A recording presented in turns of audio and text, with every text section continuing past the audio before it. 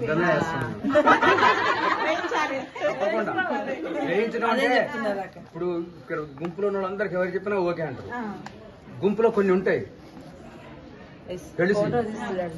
పెడిసి మనము ఏం చేయలేము.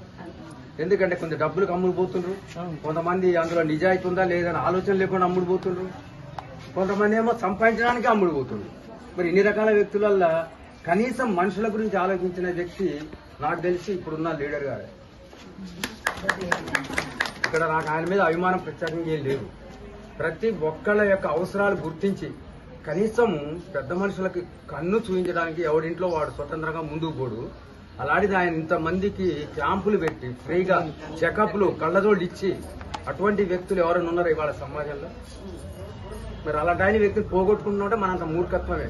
పోగొట్టుకుంటే మనంత మూర్ఖులు పనికిరాని వాళ్ళు లేరు. అంతే, వాళ్ళు ఎన్ననే చేసుకునే రాజకీయం మనకు అనవసరం.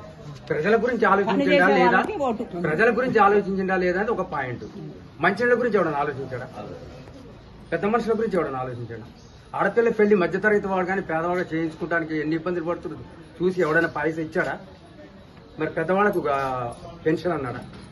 అంగవికలకు పెన్షన్ అన్నాడా? ఎవడని ఇచ్చినా అంత ముందు పోని. అందుకోసమే మానవత్వం కోసం ఆలోచించి ఓటేయాలి. ఇక్కడ రాజకీయం చేయకూడదు. మన తెలంగాణ రాకముందు తెలంగాణ కోసం పోట్లాడిన వాళ్ళు మన వాళ్ళే ఉన్నారు. దాంట్లో కాంగ్రెస్ వాళ్ళు కూడా ఉన్నారు, బీజేపీ వాళ్ళు కూడా ఉన్నారు. కానీ త్యాగం చేసింది ఎవరు? రాజీనామా చేసి దానికోసం కావాలని పట్టుబట్టింది ఎవరు?